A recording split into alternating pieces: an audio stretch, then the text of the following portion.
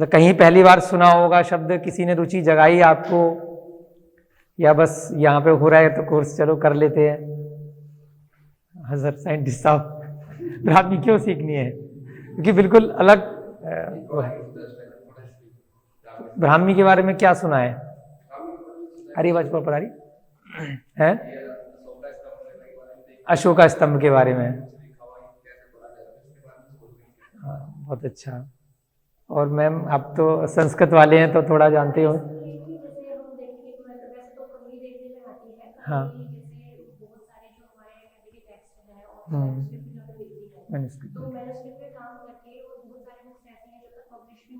जी जी, समझ सकें।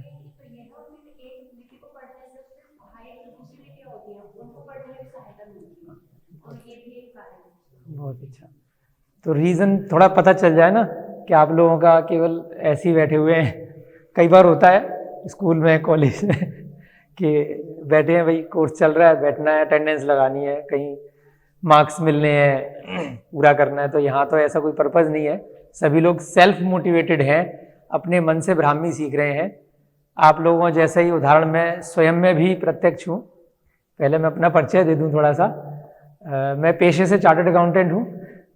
आप लोग जैसे अलग अलग फील्ड से यहाँ पर आकर के अपना अपना योगदान दे रहे हैं। 2006 से मैं अपनी प्रैक्टिस कर रहा हूँ दिल्ली में, मेरा अपना ऑफिस है नोएडा में, गाजियाबाद में। परंतु कुछ सालों के अपनी प्रैक्टिस के बाद सन 2014 में, लगभग 13-14 के आसपास, मुझे भगवान राम की कथा सुनने का मौका मिला। संस्कृत में उसका एक ग्रंथ था पद्म पुराण, तो उसे मैंने पढ़ा। संस्कृत से हिंदी थी ट्रांसलेशन उसका। उसके बाद मेरी थोड़ी सी धार्मिक दृष्टि से कुछ रुचि जगी कि हमारे भगवान राम की जो वास्तविक कथा है उसको हमें प्राचीन विद्वान आचार्य रविशेण के द्वारा वो लिखा हुआ जैन ग्रंथ था, जैन आगम। वहाँ से फिर धीरे धीरे मेरी रुचि बढ़ती गई। बढ़ते बढ़ते फिर आगे चल के मैं एक बार विदेश यात्रा पे गया, तो वहाँ पर मुझे कोई योगा का एक टीचर थी मैडम, बुल्गारिया देश में। तो उन्होंने, जब उन्हें पता चला कि मैं भारत देश से आया हूँ, तो उन्होंने मुझसे कहा कि मुझे संस्कृत सीखनी है। मुझे तो हिंदी आती थी, इंग्लिश हमारे स्कूलों में कॉलेजों में पढ़ाई जाती है, सीए में भी इंग्लिश करी। बाद में जब मतलब 30-40 देशों से लोग आए हुए थे, एकमात्र मैं भारतीय था वहाँ पे। उस कॉन्फ्रेंस में 1 हफ्ते का प्रोग्राम था शाकाहार के ऊपर। उनकी रुचि इतनी ज़्यादा थी उन मैडम की कि उन्होंने फिर बाद में मेरा नंबर लिया और भारत वापस आने के बाद मुझे संस्कृत आप सिखाओगे, क्योंकि भारत में संस्कृत चलती है। तो एक बाय डिफॉल्ट विदेशी लोग ये समझते हैं कि भारतीय कोई गया है तो वहाँ की भाषा वो जानता होगा। जैसे यहाँ पे अगर जर्मनी से कोई आया है तो अगर आपकी दृष्टि है तो आप बोलोगे भाई मुझे जर्मनी सिखाओ, और जर्मनी वाले को अगर जर्मनी नहीं आती, अंग्रेजी आती है, तो उसके लिए शर्म से डूब मरने की बात हो जाएगी। तो वैसे ही कुछ मेरे साथ हुआ कि मैं उन्हें कह नहीं पाया कि मुझे संस्कृत नहीं आती। तो उसके लिए मैंने कई दिन तक संस्कृत का अभ्यास करना शुरू किया कि भाई उनको मैं मना भी नहीं कर सकता, कि मेरे देश की इज्जत का सवाल है विदेश के सामने, कि मैं एकमात्र देश है भारत देश जहां संस्कृत चलती है और वहां के लोगों को संस्कृत नहीं आती है।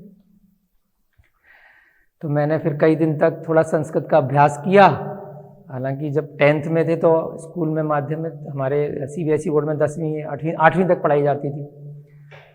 उसके बाद फिर कॉमर्स में जाना है या साइंस में जाना है, फिर बीकॉम या बीएससी वगैरह करनी है, तो संस्कृत वगैरह छूट जाती हैं, क्योंकि उसमें इतनी ज़्यादा आमदनी नहीं बताई जाती, प्रोफेशनल कोर्स नहीं है। यहाँ तो आप अब पता चल रहा है कि संस्कृत में अगर आप विद्वान बन गए तो सीए से ज़्यादा कमा सकते हो। योगा में आप विद्वान बन गए तो बहुत बड़े बड़े इंजीनियर, आईटी के इंजीनियर और बहुत बड़े साइंटिस्ट से ज़्यादा आप अगर आमदनी की दृष्टि से भी देखेंगे तो उसका दूसरा पहलू, तो आप ज़्यादा उसमें अपनी रुचि के हिसाब से आपको सुख भी मिलेगा, सेटिस्फैक्शन भी मिलेगा और इनकम भी आपकी हो सकती है। ऐसा नहीं है कि उस फील्ड में आज की डेट में इनकम नहीं है, बहुत सारे नए नए आयाम खुल गए हैं देश विदेश में। तो जब मैंने संस्कृत का अभ्यास करना शुरू किया तो फिर उसके लिए पुराने ग्रंथों को ढूंढना शुरू किया, लाइब्रेरीज में जाके यहाँ वहाँ। तो फिर मुझे 1-2-3 महीने के बाद पता चला कि संस्कृत से भी पुरानी तो प्राकृत भी है, पाली भी है, अपभ्रंश भी है। और मेरी उस काल में आज से 10-15 साल पहले रुचि थोड़ा सा स्पेस साइंस के बारे में पढ़ने की थी, यूनिवर्स के बारे में जानने की थी। जब 10th 9th क्लास में थे तो एस्ट्रोनॉट बनने की ख्वाहिशें थीं कि हम भी कभी जाएंगे, कल्पना चावला की तरह देखेंगे आकाश में क्या होता है, ब्रह्मांड में क्या होता है। तो उसको जानने के लिए भी मैंने बहुत यहाँ वहाँ हाथ पैर मारे अपनी रुचि की दृष्टि से। लोगों से कहीं पर भी कोई क्लू मिलता था, लिंक मिलता था तो वहाँ जाता था, बताओ जी ब्रह्मांड कैसा है, क्या है। भरत क्षेत्र के बारे में बचपन में अपनी माता जी से सुना था कि भरत क्षेत्र होता है, जम्मू द्वीप होता है, तो ये कहाँ है, कैसे है। तो पूरा ग्रंथ से नहीं पढ़ पाए थे, बस सुनी सुनाई बातें थी, आधी अधूरा ज्ञान, क्योंकि टीवी पे देख रहे हैं कि पृथ्वी गोल है, सूर्य तारा है, पृथ्वी चक्कर लगाती है। तो ये भरत क्षेत्र फिर कहाँ है। फिर जम्मू शब्द तो हम अपने घर परिवार में सुनते हैं, परंतु ये सारे शब्द वैज्ञानिक लोग प्रयोग में नहीं लाते कहीं पर भी, न जम्मू द्वीप को लाते, न भरत क्षेत्र को लाते। आप लोग भी यहाँ पर प्रतिदिन हवन करते हैं, सो मैम ने बताया यज्ञशाला है, तो उसमें भी जब आप आहुति देते हैं तो आप अवश्य बोलते होंगे आर्यखंडे, भरत क्षेत्रे, जम्मू द्वीपे, जो भी क्षेत्र का नाम है, उत्तराखंड प्रदेश है, हरिद्वार, तभी आहुति देंगे क्षेत्र का नाम। और तिथि बोलेंगे आप, जो विक्रम संवत के हिसाब से तिथि है, पक्ष चल रहा है, परंतु ये स्थान है कहाँ पर, हम बोल क्यों रहे हैं फिर। तो उसमें मेरी रुचि बहुत ज़्यादा धीरे धीरे बढ़ने लगी। तो उसको समझने के लिए फिर प्राकृत भाषा, सीए की प्रैक्टिस तो अब नहीं चल रही है इनकम की दृष्टि से, परंतु पैशन इधर पूरा फोकस हो गया। तो 24 घंटे में, रात में, दिन में, मॉर्निंग अर्ली आवर में ग्रंथों को ढूंढना, पढ़ना। फिर धीरे धीरे पता चला जब प्राकृत का कहीं पर कोर्स होता है, तो दिल्ली में कुंद भारती एक स्थान है छतरपुर के पास, कुतुब मीनार के पास। तो मुझे एक दादी अम्मा मिली 80-85 साल की, जैसे आप लोगों की रुचि है, तो उनका कहीं पर मैंने एक लास्ट में किसी प्रोग्राम में सुना था कि प्राकृत की विद्वान है।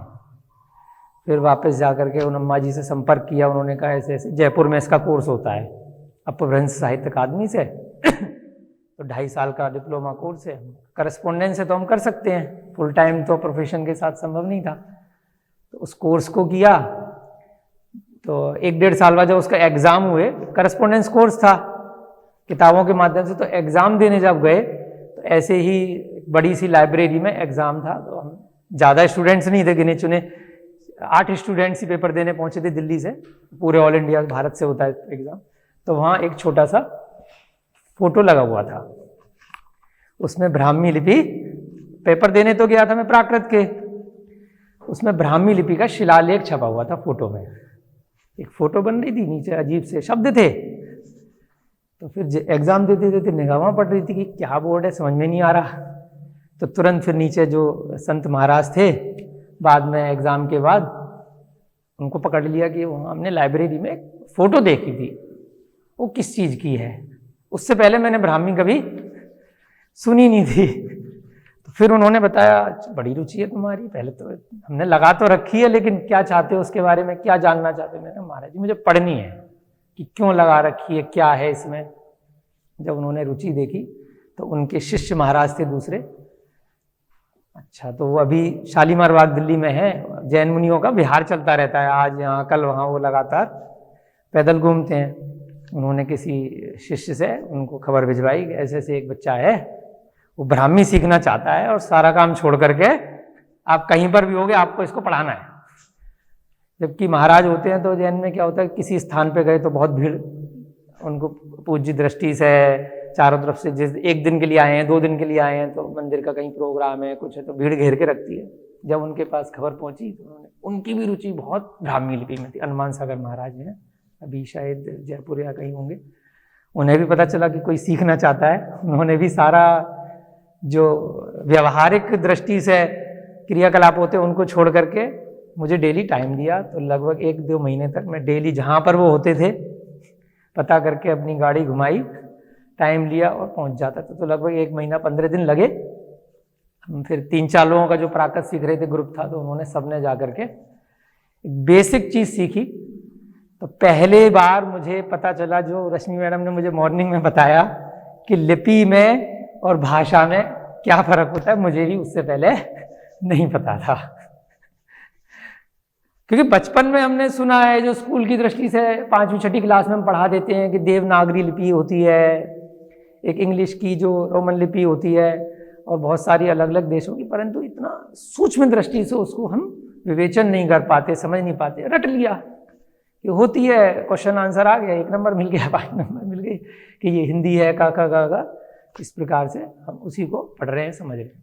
तो मेरी पर्सनली शुरुआत ब्राह्मी की वहाँ से हुई, फिर धीरे धीरे करके उस दिशा में जब आगे बढ़ते गए, प्राकृत का 2.5 साल में डिप्लोमा किया, और साथ साथ फिर जिस चीज़ की मैं खोज कर रहा था, फाइनली मुझे वो ग्रंथ वहीं पर सुनने को, समझने को मिले, जिनमें से एक ग्रंथ की मैं कॉपी भी बाई चांस यहाँ पर लेकर के आया हूँ, तिलोय प्रणति।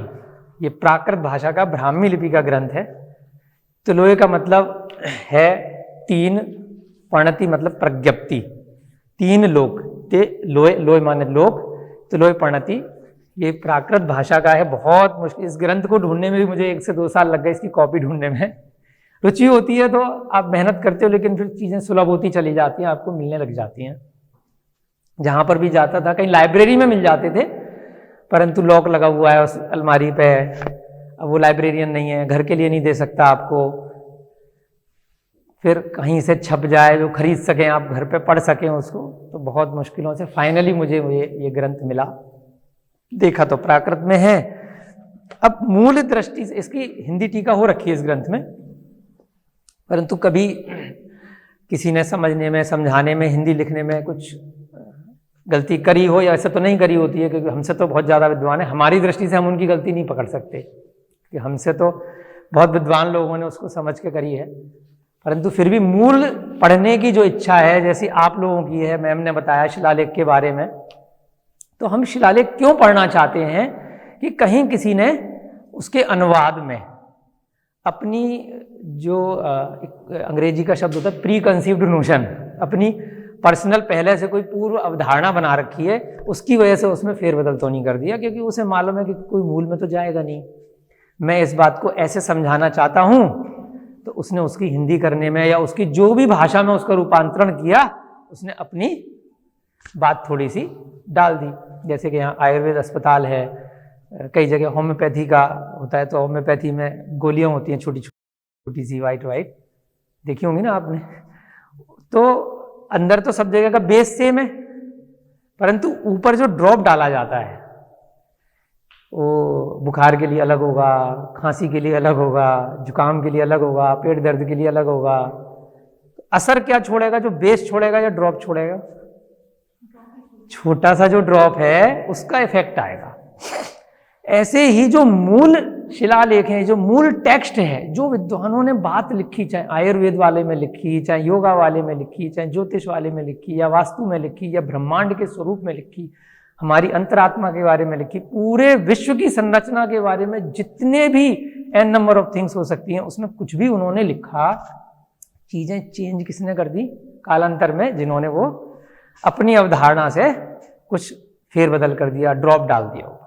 तो उससे जो वर्तमान में जो युवा पीढ़ी आई, अरे मूल ग्रंथ में तो ये चीज़ बेकार है, ये तो वो बात करते हैं, वर्तमान में विज्ञान इतना डेवलप हो गया, जैसे यहाँ इतना बड़ा इंस्टीट्यूट है आयुर्वेद का, तो हमारे परम श्रद्धे पूज्य स्वामी रामदेव जी, स्वामी बालकृष्णा जी क्यों आयुर्वेद पे वापस जा रहे हैं, क्यों पुरानी चीज़ों पे वापस जा रहे हैं? क्योंकि पहले के लोगों का ज्ञान बहुत अच्छा था, परंतु चाहे वो आज वर्तमान में एलोपैथी की हम पूरी तरह से नकार नहीं सकते हैं, परंतु कहीं ना कहीं उन्होंने एक ऐसी मार्केटिंग करी गई, उसको ऐसे कॉमर्शियल उन चीज़ों को किया गया कि वो बेकार है, उससे आप ठीक नहीं हो सकते, इससे आप तुरंत ठीक हो सकते हैं, बहुत जल्दी आपको इससे उपचार मिलेगा, क्योंकि वो उसमें सारी बीमारियों का इलाज नहीं है, जांच नहीं हो सकती, इतने सारे टेस्ट नहीं हो सकते। तो कहीं ना कहीं नई चीज़ डालने के लिए अपनी विचार उन्होंने डाले। तो इसीलिए ब्राह्मी लिपि सीखनी क्यों जरूरी है? क्योंकि हमें मूल में जाने की रुचि है। जिन लोग, बहुत कम लोग ही इस फील्ड में रुचि होती है। जैसे एक छोटा सा उदाहरण आता है कि सोना महंगा क्यों है और पीतल सस्ती क्यों है? अगर दूर से कोई देखेगा तो सोना और पीतल एक जैसे लगेंगे, जब तक उसको घिस घिस करके कहीं जो जौहरी होते हैं उसके यहाँ उसको टेस्ट नहीं कराया जाएगा, तब तक तो पता नहीं चलेगा ना कि आखिर ये महंगा और सस्ता क्यों है। क्योंकि उसमें कम क्वांटिटी है। जिस चीज की क्वांटिटी कम होगी वो चीज ऑटोमेटिकली महंगी होती जाएगी। तो ऐसे ही यहां गिने चुने चाहे 50 लोग, 100 लोग, 10 लोग, 2 लोग भी हैं जिन लोगों की ब्राह्मी में रुचि है, या जो पुरानी भाषाओं में एंशिएंट लिटरेचर में जिन लोगों की रुचि है, तो वो चीज़ें बहुत महंगी हैं। तो इसलिए ऐसा हमें कभी नहीं सोचना कि इसको जानने वाले, समझने वाले, इसमें रुचि लगने वाले अरे बहुत कम लोग हैं तो इसकी तो वैल्यू बेकार है। वैल्यू कम तब हो जाएगी जब बहुत ज़्यादा भीड़ उसके पीछे जा रही है, तो उसकी ऑटोमेटिकली वैल्यू कम है। तो हम लोग अगर कुछ ऐसी चीज़ में रुचि रख रहे हैं जिसमें कम लोग रुचि रख रहे हैं, तो कभी भी नकारात्मक नहीं होना है, नेगेटिव नहीं होना है। बल्कि मुझे तो बहुत खुशी है जब आपने कहा कि कम लोग हैं, तो ये अच्छी बात है, क्योंकि इसमें बहुत सिलेक्टेड लोग ही आएंगे। पीएचडी कर रहे हैं जैसे कई सारे लोग, मेरे भी कल पीएचडी की थीसिस सबमिशन हुआ है यूनिवर्स के विषय पे, फिर मैं आगे बढ़ता गया। तो मैंने एमए किया लाडनू से, फिर 3 साल से इसी विषय को सिलेक्ट करके अपना पीएचडी कल फाइनली मैं मंगलायतन यूनिवर्सिटी अलीगढ़ में अपनी प्री सबमिशन दे करके फिर सीधे वहाँ से आया हूँ। क्योंकि वहाँ पर पीएचडी करने में भी कम लोग आएंगे, क्योंकि एक एक्सपर्ट लेवल आपको लेना है। तो ऐसे ही आप लोगों की रुचि देख करके मुझे बहुत अच्छा लग रहा है। और हम लोग आने वाले कुछ दिनों में 4 दिन, 5 दिन, 1 हफ्ता, 10 दिन, जैसी हम सबकी रुचि होगी वैसे इसको धीरे धीरे अभ्यास के माध्यम से आगे बढ़ाएंगे। तो ये छोटा सा हमारा एक, तो लंबा गया लेकिन एक बैकग्राउंड हो गया कि हमें ब्राह्मी सीखनी अब क्यों जरूरी है। भैया जी ने बताया अशोक के शिलालेख पढ़ने हैं, उससे पहले मुझे भी नहीं मालूम था कि कीर्ति स्तंभ जो चित्तौड़गढ़ में हमें पढ़ाया जाता है, सुनाया जाता है, वो भी प्राकृत भाषा में है। और प्राकृत भाषा प्रकृति से निकली हुई भाषा है। ब्राह्मी शब्द की उत्पत्ति कैसे हुई है, तो उसके लिए जब हम पढ़ते हैं आगे,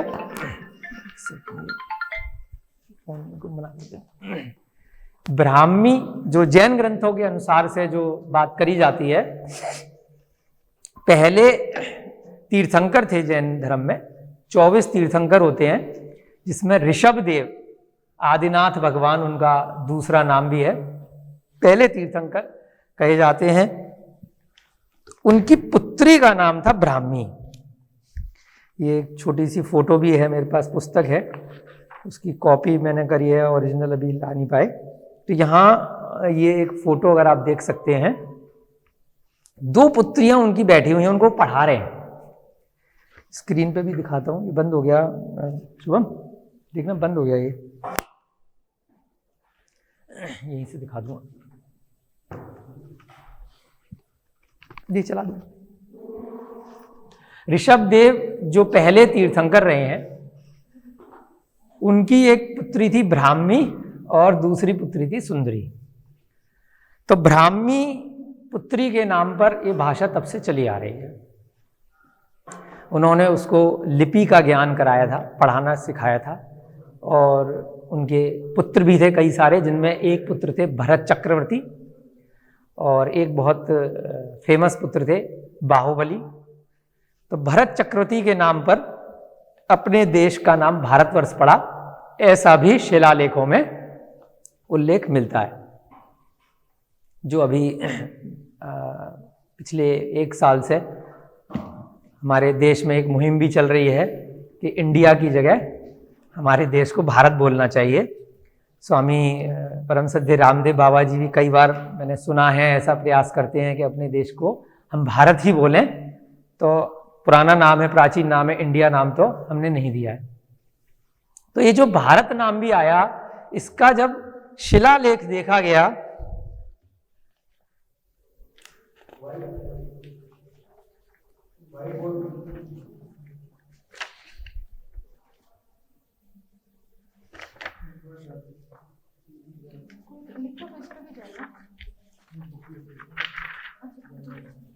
इसका जो शिलालेख है यहाँ, अभी मैं आपको स्क्रीन पे भी दिखाऊंगा। जी जी, बेटी को, हाँ, तब से ऐसा माना जाता है।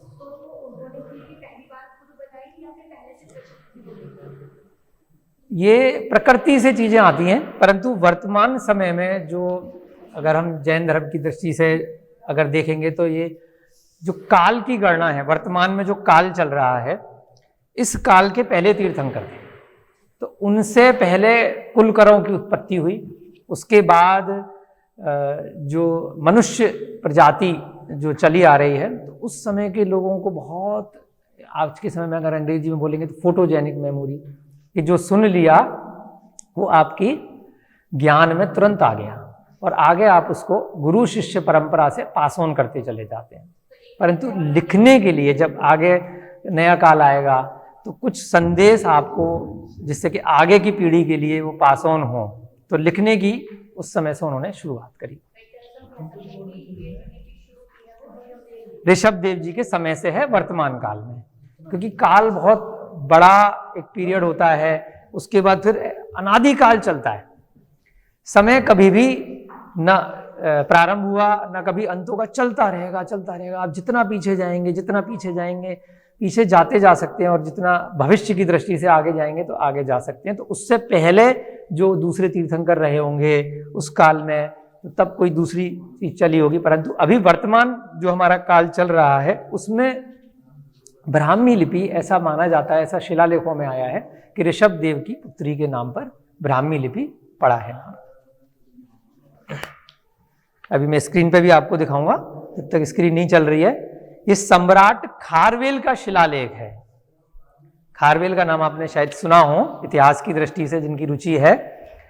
उड़ीसा में उदयगिरी खंडगिरी में, आप लोग बोल के थोड़ा नाम बोलेंगे तो याद हो जाएगा, उदयगिरी खंडगिरी। तो ये भारत देश का सबसे प्राचीन शिलालेख ऐसा माना जाता है। हालांकि और दूसरे भी होंगे, बस हो सकता है प्रचार की दृष्टि से उतना प्रचार नहीं हुआ हो। तो वहां पर ब्राह्मी लिपि पे ये शिलालेख मिलता है, जिसको डिसाइफर कर दिया गया है, जिसको हिंदी रूपांतरण उसका समझ लिया गया है।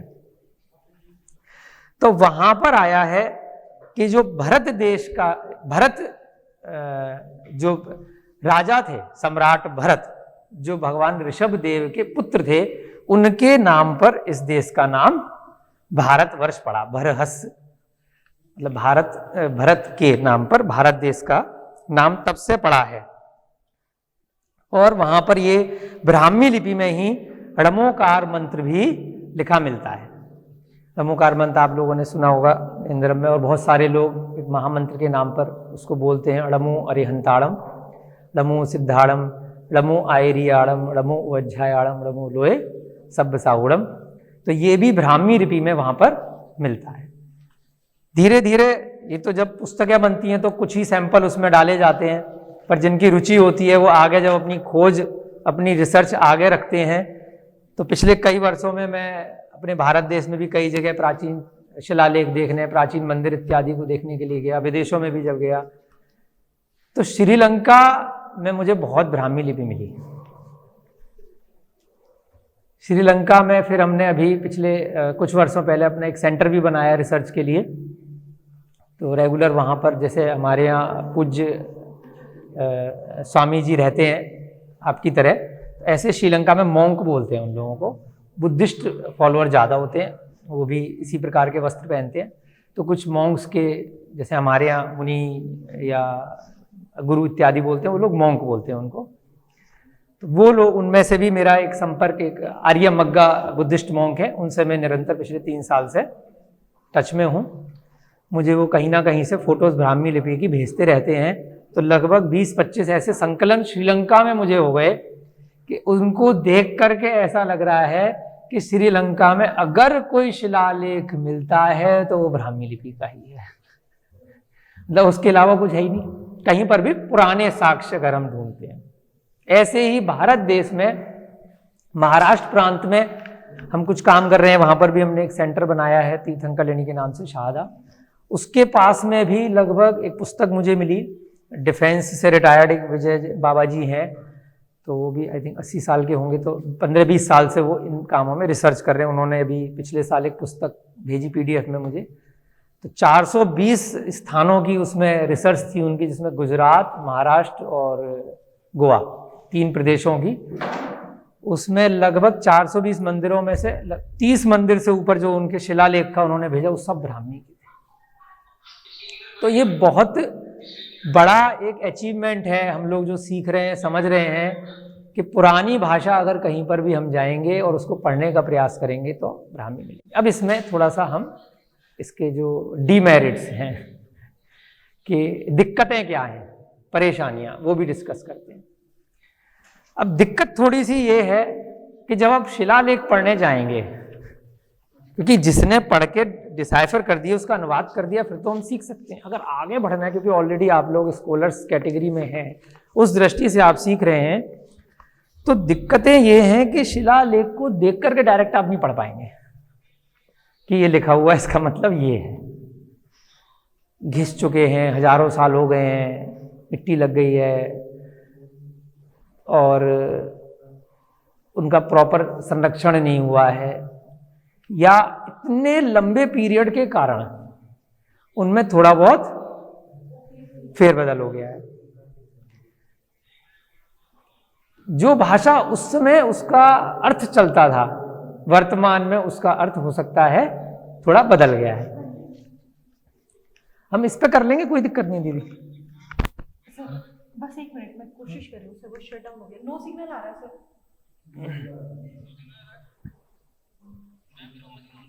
तो ये अभी भाषा नहीं है, ये केवल एक अल्फाबेटिकली एक लिपि बन गई, बी है। ऐसे ही एक हमारा जो हम यहाँ वर्तमान में बोलते हैं हमारे इस प्रदेश में, इसे आप बोलते हैं का। क्या बोलते हैं? का बोलते हैं ना आप लोग सब, ये तो समझते हैं का। हमने लिखा खा, तो अभी इसका का कोई अर्थ नहीं है, खा का कोई अर्थ नहीं है। ये लिपि है, जो लिखने की एक कला हो गई, एक तरह से वो लिपि हो गई। जब इसका कोई हमने शब्द बना लिया, कई सारे अक्षरों का समूह बना लिया, शब्द बन गया, तो उसके बाद जो उसका अर्थ निकाला जाएगा, हिमांशु उनको ले लेना फिर, है ना।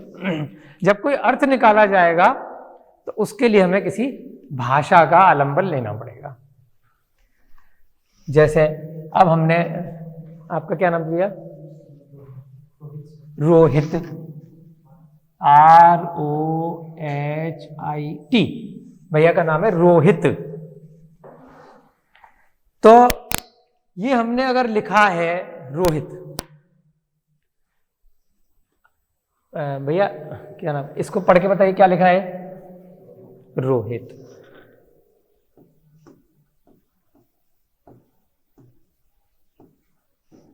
इसको पढ़ के बताइए क्या लिखा है?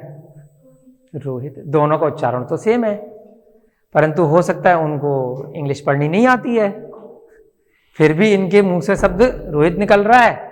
आपको हो सकता है ये पढ़नी नहीं आती है, फिर भी आप रोहित बोल रहे हैं।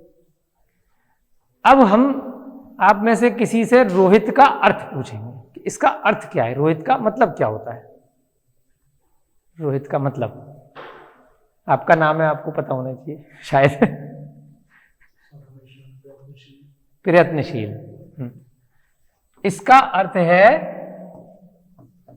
प्रयत्नशील, मुझे भी नहीं पता था आज से पहले, धन्यवाद। है और कुछ अर्थ होता है रोहित का? हाँ, रोहित रेड कलर के लिए भी लोग होते हैं, लाल रंग। बहुत सुंदर। हाँ, अब बात आती है, बहुत आराम से आपको समझ में आ जाएगा, वैसे आप लोग विद्वान हैं। तो अब ये रोहित का जो अर्थ है, ये हमने किस भाषा से लिया है? इंग्लिश की जो अंग्रेजी भाषा है, वहां से रोहित का अर्थ लिया है, या हिंदी भाषा से लिया है, या संस्कृत से लिया है, या तमिल से लिया है, या तेलुगु से लिया है, या उर्दू से लिया है? कौन सी भाषा से इसका ये अर्थ प्राप्त होता है? संस्कृत से होता होगा, या हिंदी से भी हो सकता है, संस्कृत से ज़्यादा नज़दीक है, संस्कृत या हिंदी से इसका अर्थ आ रहा है।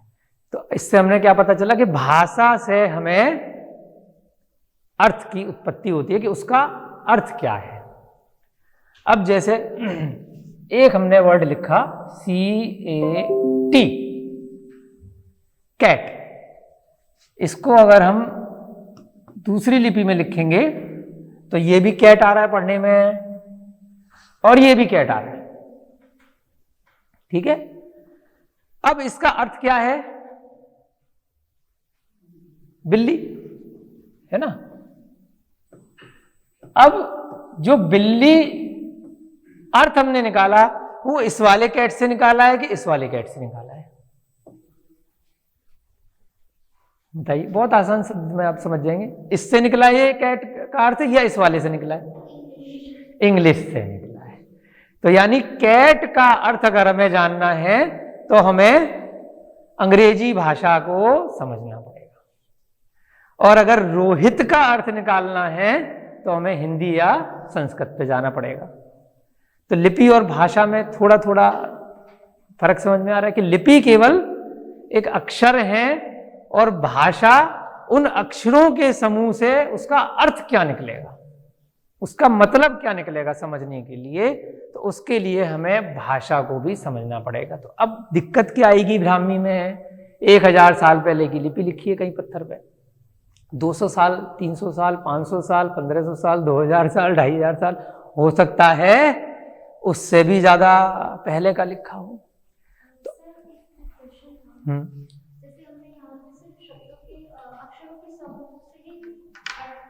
हाँ, लेकिन हर लिपि में जो हम एक आर्ट हम उसको कहते हैं, तो उसमें हर एक अक्षर जो हम बनाते हैं, जैसे हम रोमन में सी बनाते हैं, तो और ऐसे हिंदी में उसमें हम अपना देवनागरी में क बनाते हैं, तो हमारा क्या है कि फुल होता है ना।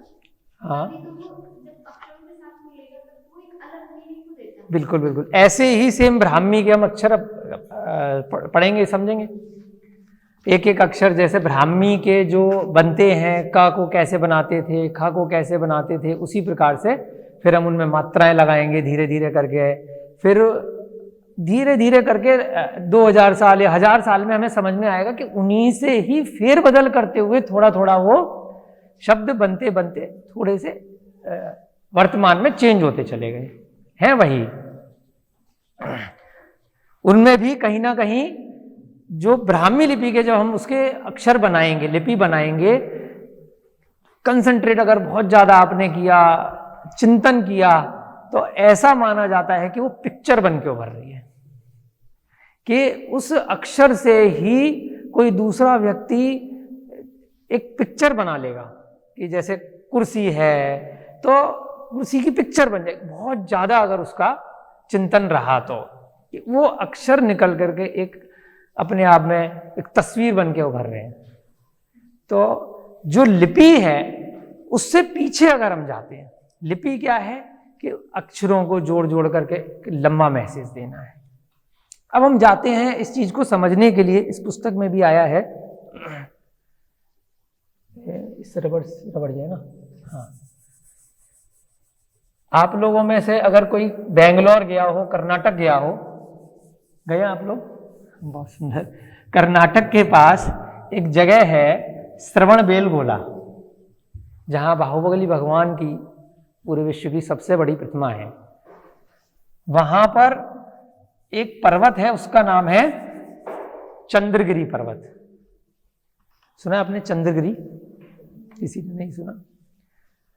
हमारे देश के सबसे बड़े सम्राट हुए हैं, उनका नाम था चंद्रगुप्त मौर्य। उनका समाधि स्थल है चंद्रगिरी पर्वत। वहां पर अगर आप जाएंगे तो वहां भी 2000 साल पुराना शिलालेख है।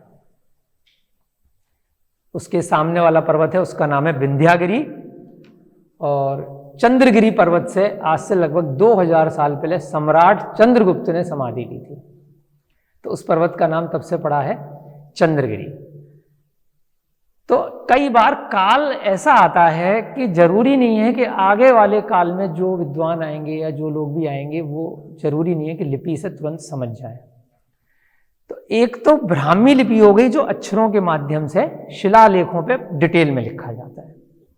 एक हो गई तस्वीरों की लिपि, चित्र का हम आलिंगन लेते हैं, तस्वीरों के माध्यम से पूरी कहानी, पूरी कथा, उस समय में क्या हुआ करता था। जैसे मान लीजिए यहाँ स्वामी रामदेव जी का इतना बड़ा आश्रम है, आप लोग हैं, कभी आज से 200 साल बाद, 500 साल बाद बीच में कोई ऐसा काल आ गया, 100 साल बाद, 50 साल बाद, कि जो अभी चीज है किसने बनाया था, किसकी दूरदृष्टि से चीज बनी है, किसने इतनी मेहनत करी, वो आगे लोगों को पता चले। सभी लोग आए हैं, सबको जाना है, हम सब भी चले जाएंगे, परंतु पता कैसे चलेगा कि किसने इतनी दूरदृष्टि रखी। तो उसके लिए अशोक का नाम लिया, तो एक कीर्ति स्तंभ टाइप के बनाए जाते हैं कि उसमें मैसेज दिया जाता है।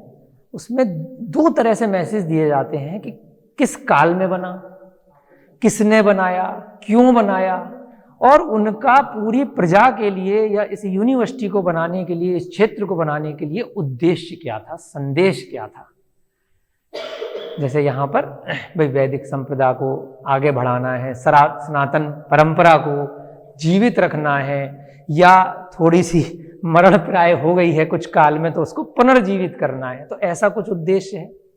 अहिंसा के संदेश को आगे बढ़ाना है, हमारे पूर्वजों ने जो काम किए उसको आगे के काल तक लेकर के जाना है। तो ये सारी चीजें एक तो हो गया लिपि के माध्यम से कीर्ति स्तंभ में उसमें डाली गई, एक साथ साथ हो गया, जरूरी नहीं है भाई समझ में आए नहीं आए, आप लोग इतनी रुचि रख रहे हैं, मेरी भी इतनी रुचि थी, परंतु बहुत टाइम लग रहा है लिपि समझने में।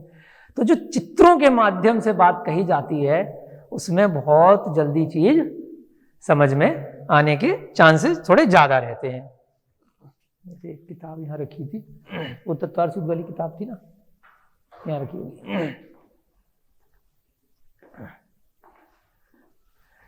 चित्रों के माध्यम से अगर आप चंद्रगिरी पर्वत पे अगर आप जाएंगे तो वहां पर भी, अब जैसे भी मैं दिखाता हूं, वहां पर एक बहुत प्राचीन मंदिर है जिसको बताते हैं कि कई हजार साल पुराना, लगभग 2000 साल पुराना मंदिर है।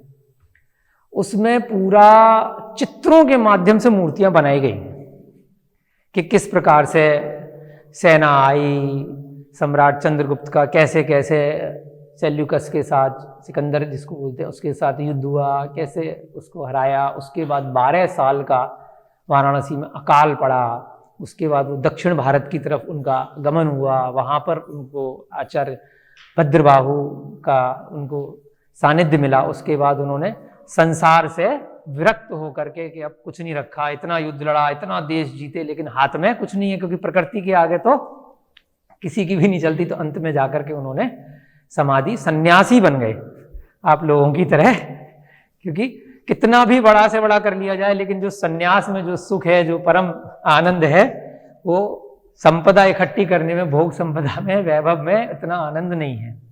तो अंत में जाकर के उन्होंने, सम्राट चंद्रगुप्त ने जो समाधि करी, तो वो चित्रों के माध्यम से बताया गया है, पूरा पत्थरों में मूर्तियां बना करके।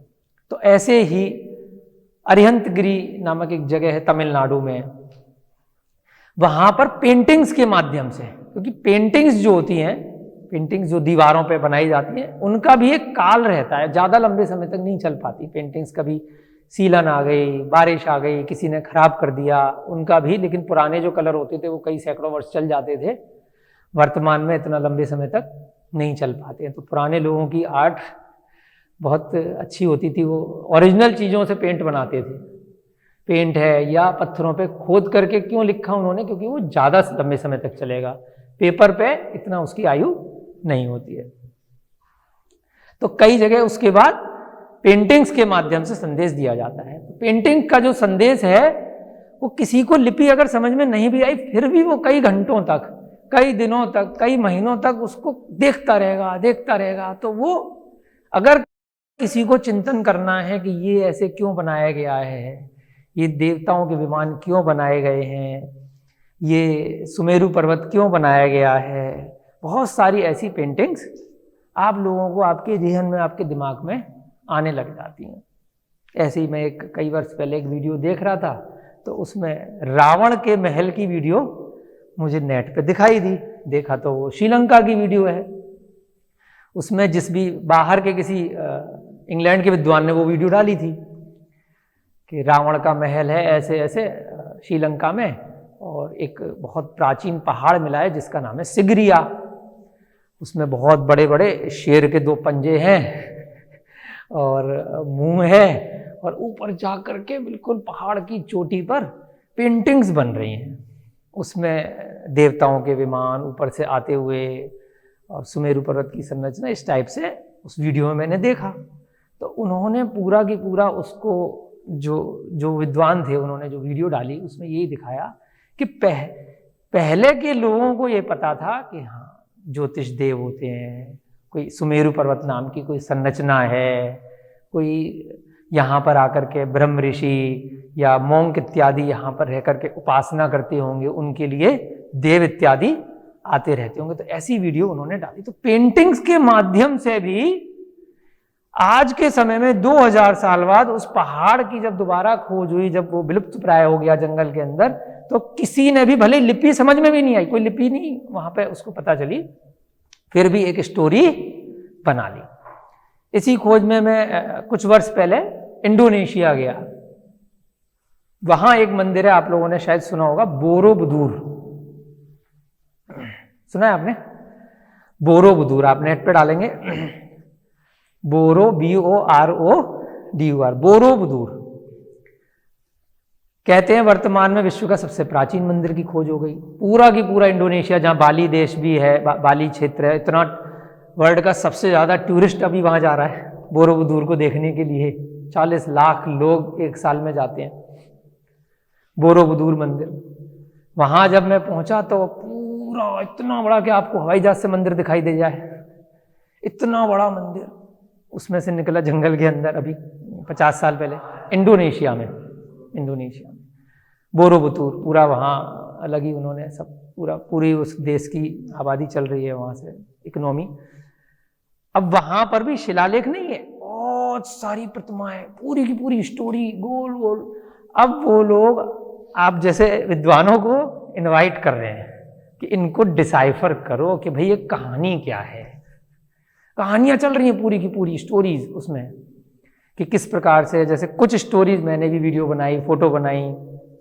छोटी सी नॉलेज थी जितना 5-7 साल पहले, तो कुछ फोटो में समझ पाया कि बैठे हुए हैं बिल्कुल इसी तरीके से, एक मुनि बैठे हैं, उनका अभिषेक हो रहा है। तो अब जितना हमने पढ़ा था कि राज्याभिषेक होता है, देखो उसकी फोटो है, जितना जिसकी नॉलेज होगी उस हिसाब से वो विद्वान उसको अर्थ निकालेगा फोटो के माध्यम से। एक फोटो में मैंने देखा मूर्ति में कि एक महिला लेटी हुई है, कुछ स्वप्न दिखाए हुए हैं, कुछ सेविकाएं उनकी सेवा कर रही हैं। तो एक जगह हमने पढ़ा था कि तीर्थंकरों का जब जन्म होता है तो देवियां उनकी सेवाएं करती हैं, उनको 16 स्वप्न आते हैं। तो हमने कहा भाई ये वाली स्टोरी हो सकती है। एक जगह पेड़ सा था, उसमें बहुत सारे लोग वंदना कर रहे हैं और चीजें मिल रही हैं। तो कल्प वृक्ष के बारे में हमने ग्रंथों में पढ़ा था। तो ये कल्प वृक्ष होता होगा कि विश ट्री, जिसको अंग्रेजी में बोलते हैं कि जो मांगेंगे तो मिलेगा। तो कुछ 2-4 स्टोरी हमें समझ में आई। पास में म्यूजियम था, तो म्यूजियम में वो लोग इनवाइट करते हैं लोगों को कि आप आइए और आप कुछ भी कहानी बना करके, अगर आपके पास PhD की, डॉक्टरी की डिग्री है या कुछ भी है, तो अगर आपने कोई प्रूफ के साथ में इस स्टोरी को आपने बता दिया तो म्यूजियम में हम वही स्टोरी कंफर्म कर करके लिख देंगे कि ये जो चित्र है वो ये बयां करता है। तो ऐसी बहुत सारी खोज होनी विश्व में बाकी है। वहां आप लोग ब्राह्मी सीख करके, ये इसका मैं आपको फ्यूचर का थोड़ा सा बता रहा हूं कि क्या फायदा मिल सकता है। ऐसी एक दूसरा मंदिर है, कंबोडिया नामक देश है, अंगकोर वाट। वो था, आपने शायद सुना होगा अंगकोर वाट। वहां पर भी इतने शिलालेख, इतने सारी मूर्तियों के माध्यम से कहानियां हम लोगों को सुनने को, समझने को मिलती हैं, परंतु उनका वास्तविक संदेश क्या था, अर्थ क्या था, कुछ कुछ हम नहीं समझ पाए। हम लोगों ने बचपन से हड़प्पा मोहनजोदड़ो खूब पढ़ा है, खूब सुना है, खूब रटाया गया, आज भी रटाया जा रहा है। हड़प्पा मोहनजोदड़ो के सिक्के मिले, कुछ कीलें मिली, कुछ बर्तन मिले, तो उनमें भी आज तक अगर आप चाहे इंटरनेट पे भी ढूंढेंगे, अभी तक कुछ भी क्लियरिटी इतने सैकड़ों वर्षों में भी नहीं आई है कि वो सिक्के में जो फोटो निकली है वो कहना क्या चाहते हैं। जिस विद्वान का जैसा संदेश हुआ वैसा उसको मान लिया गया।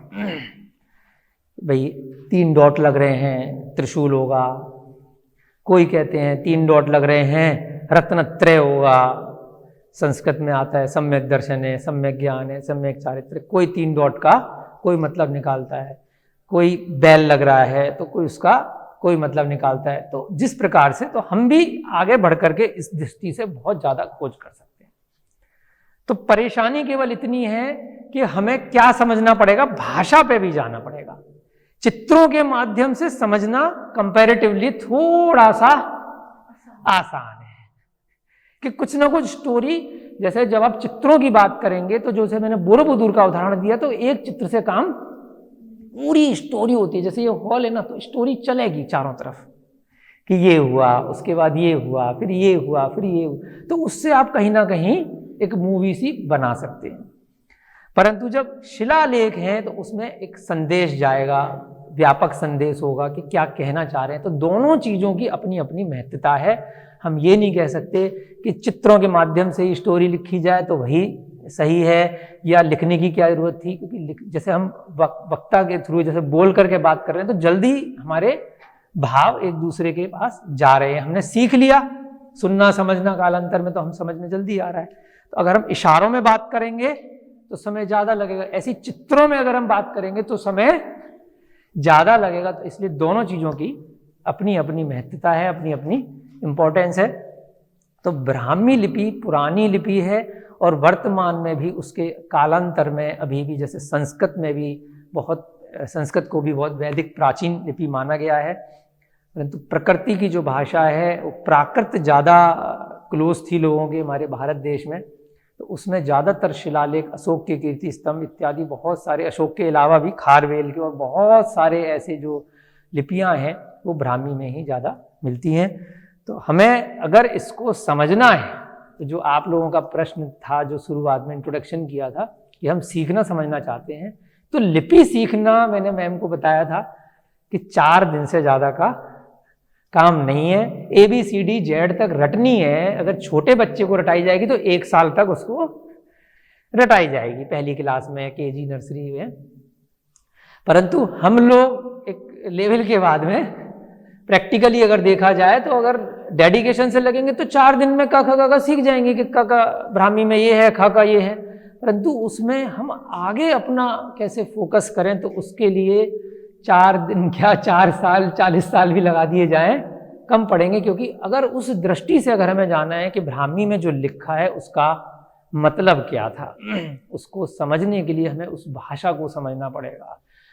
पुराने बड़ी बड़ी एज के लोगों को ढूंढना पड़ेगा, 70 साल के, 80 साल के, 90 साल के, उससे ज़्यादा हमें नहीं मिल पाते हैं। तो जितनी हमारी पहुंच है वहाँ तक हमें जा करके फिर वो बताएंगे कि इस व्यक्ति से मिलो, फिर वहाँ से कोई किताब देंगे, कुछ बताएंगे, तो फिर हमें अपने ज्ञान के आधार से थोड़ा बहुत अपना डालना पड़ेगा ड्रॉप। 100% तो हम नहीं इतने विद्वान हैं, थोड़ा सा अपना हमें कुछ ना कुछ जो कंक्लूजन निकाला है वो डालना ही पड़ेगा। परंतु काफ़ी हद तक हम वहाँ पहुँच सकते हैं जो जिसने भी वो लिपि छपवाई है, लिखवाई है, जो वो संदेश देना चाहता था, वहाँ तक हम उसके नज़दीक शायद पहुँच पाएँ।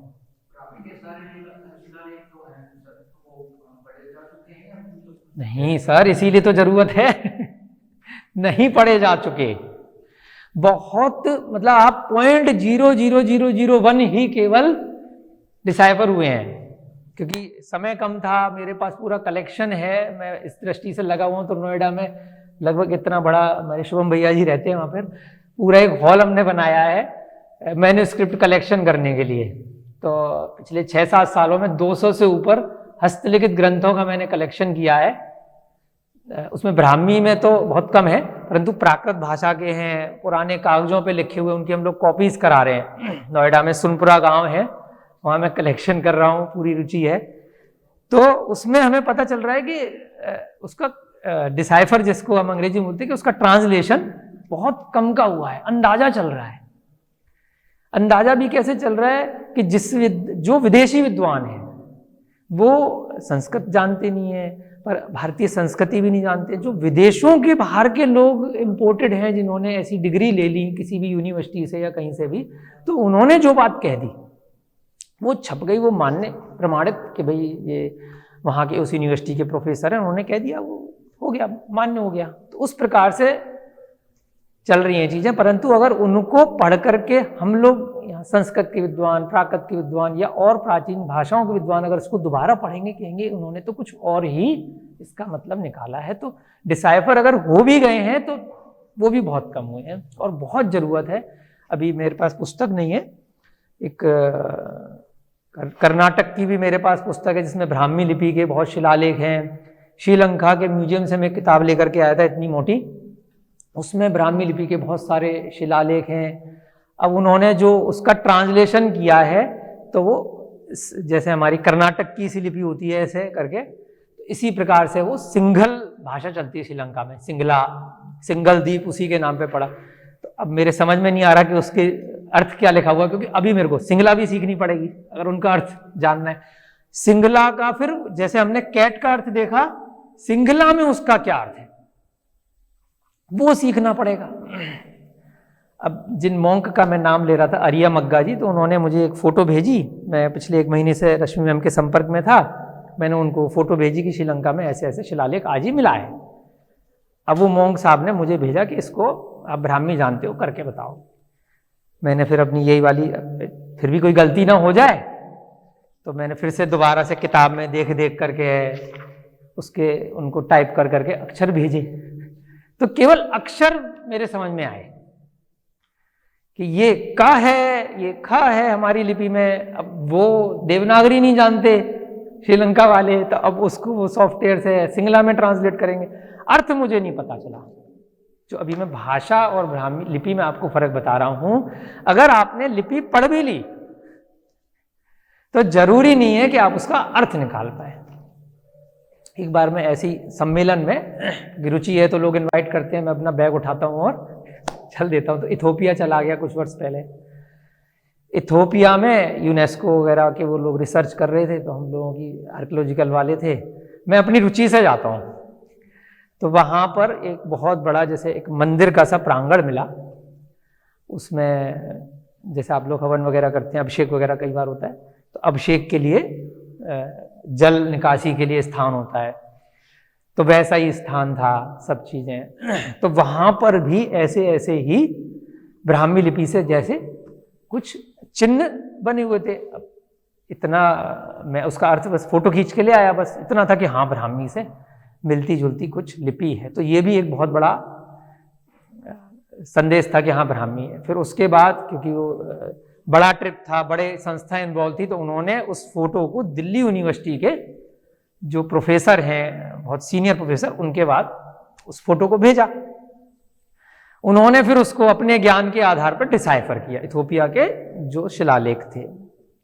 भाई बड़े प्रोफेसर को भेजा गया, तो एक पुस्तक छपकर आई, वो अभी मेरे पास नहीं है, मैगजीन। उसके कवर पेज पे उसकी फोटो देखी मैंने 2 साल पहले, आई वॉज सरप्राइज कि वहां पे लिखा था कि ये इस डॉट का मतलब है कि ऊपर सिद्ध भगवान होते हैं जो मोक्ष प्राप्त करके जाते हैं सिद्ध शिला पे। जब आत्मा लिबरेट हो जाती है, लिबरेटेड साउल हो जाती है, जब संसार चक्र से मुक्त हो जाती है, तो कहाँ जा करके रहती है, नीचे का गोले का क्या मतलब है, 3 डॉट का पूरा उन्होंने उस ब्राह्मी से और फोटो तस्वीर के माध्यम से डिसाइफर किया। अब यहां पर यह भी कह सकते हैं कि प्री कंसीव्ड नोशन भी हो सकता है कि उन विद्वान की जितनी सोच थी उन्होंने उस हिसाब से, परंतु फिर भी एक प्रमाण हो गया कि भाई वो इतने बड़े विद्वान है, दिल्ली यूनिवर्सिटी भारत की सबसे बड़ी, दिल्ली विश्वविद्यालय, उसके प्राचीन भाषाओं के शिलालेखों के अध्ययन करने वाले सबसे बड़े प्रोफेसर हैं। तो वो चीज कह रहे हैं अपने अनुभव के आधार पर सही हुई, मतलब बाकी के कंपैरिजन में सबसे नजदीक होगी, तो वो छप गया पुस्तक में। तो यहां पर हम 100% ये नहीं कह सकते कि कहीं पे हमने कोई चीज खोज कर ली और वो बिल्कुल सत्य है, लेकिन फिर भी हम अपने जो पूर्वाचार्य हैं, जो पुराने ऋषि मुनि हैं, वहां तक हम बहुत नजदीक पहुंच सकते हैं। इसी खोज में मुझे एक ग्रंथ मिला अभी 5 साल पहले, उसका नाम था कल्याण कारकम। आप लोगों ने शायद सुना हो, क्योंकि पतंजलि जो नाम है कहीं ना कहीं वहीं से निकला हुआ। कल्याण कारकम आयुर्वेद का सबसे प्राचीन ग्रंथ उसको बताते हैं, और आई वॉज सरप्राइज कि वो भी प्राकृत भाषा में है। कल्याण कारकम आचार्य उग्रदत्त आचार्य का लिखा हुआ वो ग्रंथ है, यही हरिद्वार से मुझे प्राप्त हुआ था, उसकी कॉपी मैंने मंगाई। ऐसा बताया जाता है कि उस ग्रंथ के बाद फ्यूचर में चरक संहिता या जो और आयुर्वेद के ग्रंथ बने उसके बाद वो धीरे धीरे निकल करके आए, और अभी दोबारा से कल्याण कारकम ग्रंथ रीप्रिंट में आ गया, यहीं हरिद्वार से ही, हो सकता है शायद आप ही के आश्रम से छपा हो, यहीं कहीं से छपा है, क्योंकि हरिद्वार से मेरे पास कॉपी आई थी, मैंने इंटरनेट पे ढूंढ करके उसको ऑर्डर किया था।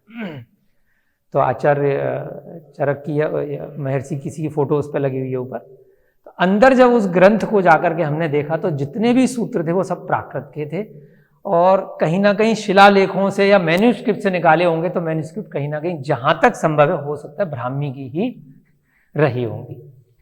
तो ब्राह्मी भाषा में ग्रंथ लिखे गए काफी, और शिलालेखों पे संदेश, लंबे लंबे संदेश कि जो आगे मैसेज हमें दें। और यहाँ पर अगर हमें ब्राह्मी सीखनी है तो जैसा मैंने कहा कि पूरा जीवन भी निकल जाएगा तब भी कम पड़ जाएगा, क्योंकि हमें उस भाषा पे भी जाना पड़ेगा। श्रीलंका का जो मैंने उदाहरण दिया तो उसको हमें उनकी भाषा भी समझनी पड़ेगी, तो उसके लिए हमें उन लोगों से भी संपर्क साधना पड़ेगा कि जो उस भाषा के विद्वान हैं। वर्तमान में थोड़ा सा इंटरनेट आ गया है, सॉफ्टवेयर्स आ गए हैं, तो हम किसी भी भाषा को बहुत जल्दी ट्रांसलेट कर सकते हैं। तो उसका हम अगर अच्छा उपयोग करें आज के विज्ञान का, तो हम जल्दी सीख सकते हैं चीजें। आप कुछ पूछ रहे हैं? हाँ हाँ,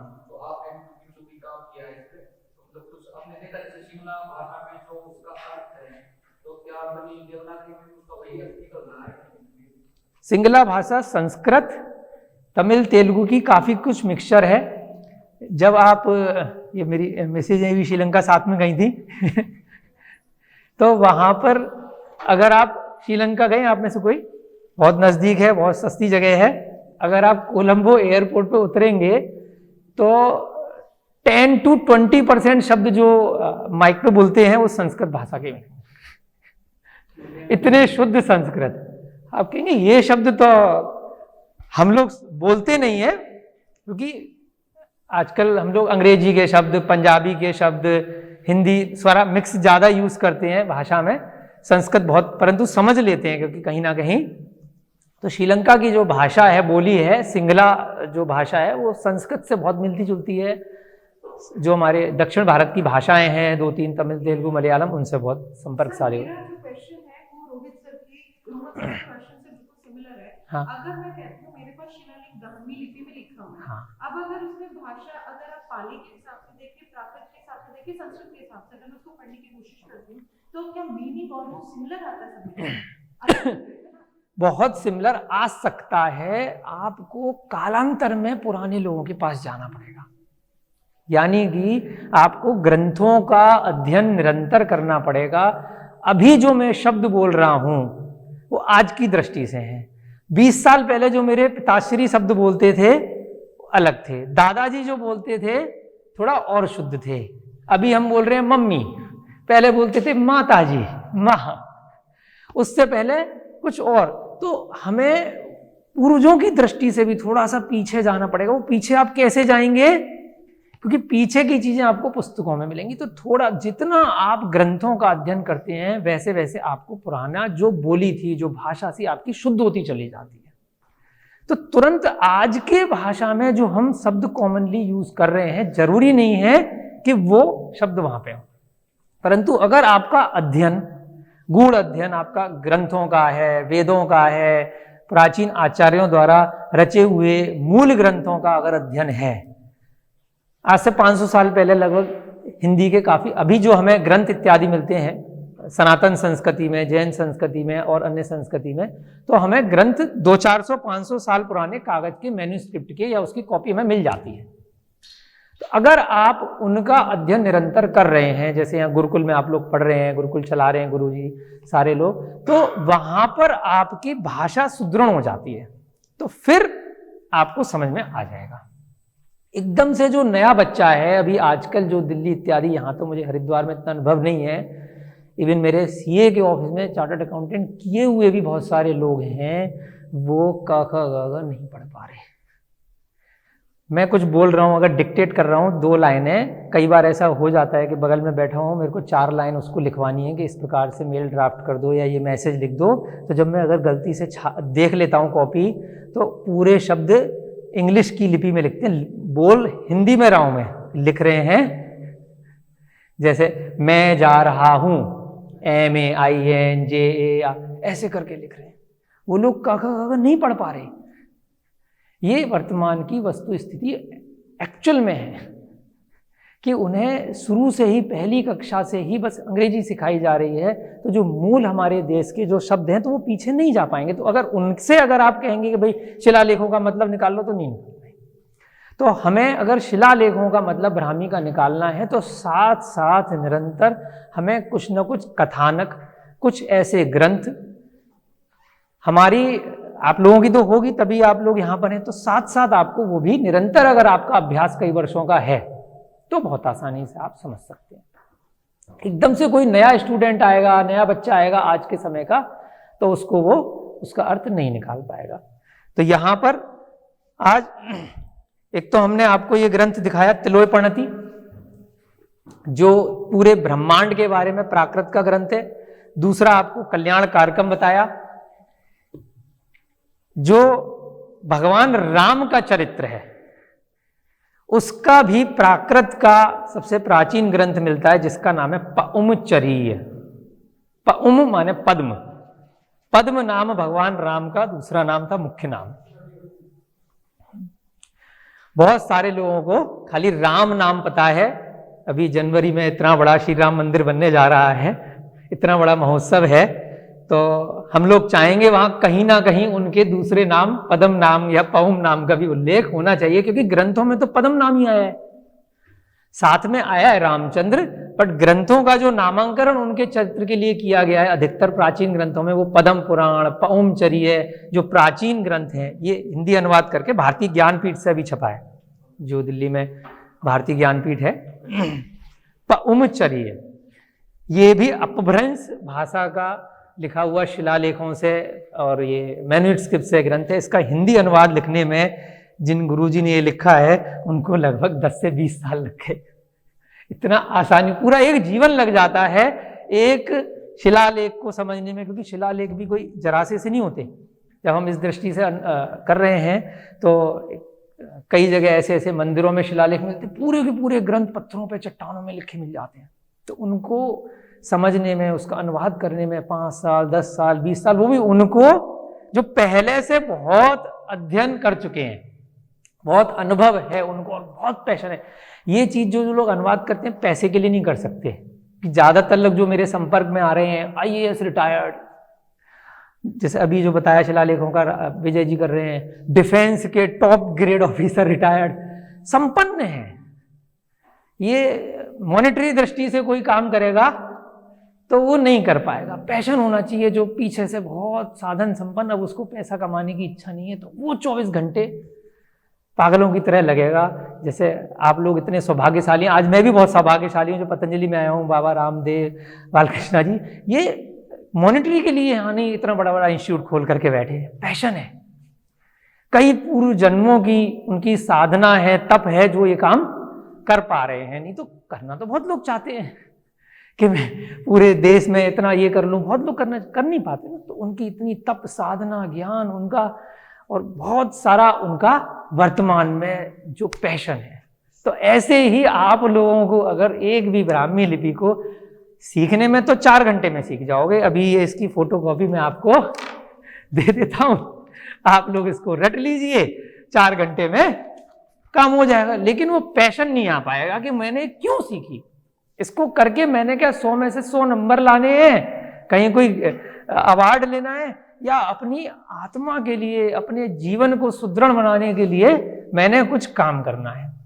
सबसे पहले मुझे स्वयं दृष्टि होना पड़ेगा। दूसरों का कल्याण तो बाद की बात है, मेरे को अपना कल्याण करने के लिए मुझे खुद को समझना है। अगर कि सम्राट चंद्रगुप्त, सम्राट अशोक, इत्यादि इत्यादि जो बड़े बड़े लोग थे, इतने ऋषि महामुनि थे, उन्होंने क्यों ये संदेश दिए, वो कहना क्या चाहते थे आगे आने वाली पीढ़ी के लिए कि मैं पहले उनको पढ़ करके अपने आप को समझ पाऊँ, क्यों मुझे अहिंसा करनी है, मुझे क्यों अपनी संस्कृति को बचाना है, मुझे अपने जीवन के बारे में समझना है। तो उसके लिए हमें आत्मदृष्टि होना बहुत जरूरी है। तो यहाँ पर एक पौमचर्या आपको बेसिक मैंने ग्रंथ बता दिया। इसके बाद सबसे प्राचीन ग्रंथ मुझे पिछले 8-10 सालों की खोज के बाद में प्रिंट मोड में पिछले ही महीने मिला है। 1 महीने से मैं इसका स्वाध्याय कर रहा हूं सुबह उठ करके। इसका नाम है षट खंडागम। षट माने 6, खंडागम संस्कृत में इसका ऊपर का जो शीर्षक है, परंतु अंदर जो इसका मूल है वो प्राकृत में है, उसकी संस्कृत में पूरी टीकाएं हैं। मैं संस्कृत का बिल्कुल भी विद्वान नहीं हूँ, हालांकि मैं अपना बड़ा शुक्रगुजार हूँ मेरे माता पिता का, मेरी माता जी ने संस्कृत में एमए किया हुआ है क्योंकि हमारे को तो उन्होंने यही शिक्षा दी ना, बेटा पैसे कमाने बड़े होकर के तो सीए करो, तो इसलिए 8th के बाद संस्कृत छूट गई। अब जाकर के मेरी बहुत रुचि है, तो अगर यहाँ मुझे सानिध्य मिलेगा तो मैम संस्कृत की विद्वान है, दोनों बहुत बड़े एक्सपर्ट हैं, तो मैं जरूर सीखना चाहूँगा। और संस्कृत में इसकी टीका है, फिर उसके बाद चन्नामती माता जी के उन्होंने इसमें हिंदी में इसका अनुवाद किया। तो षट खंडागम जो ग्रंथ है, मूडबिद्री नाम की एक जगह है कर्नाटक में, मूडबिद्री, वहां पर इसका ओरिजिनल जो मूल प्रति है पूरी जो ताड़पत्रों पर इसकी लिखी है, उसको समझने में करने में लगभग 50 साल लग गए इस ग्रंथ तक आने में। पहली बार ये छपा है इस फॉर्म में, अब जाकर के कुछ साल पहले ही। और जब इसकी मैंने भूमिका पढ़ी तो लगभग 10 से 15 साल लगे। अरे का ज्ञानमती माता जी, अगर आप हस्तिनापुर कभी गए हो, यहाँ से ज़्यादा दूर नहीं है, हस्तिनापुर आपने सुना होगा ना, बहुत बड़ा सुमेरु पर्वत का मॉडल और सारा, तो 90 साल के आसपास की हैं ज्ञानमती माता जी। उन्होंने आधा जीवन इस ग्रंथ की टीका में लगा दिया, लगभग 20 से 25 साल। मूडबिद्री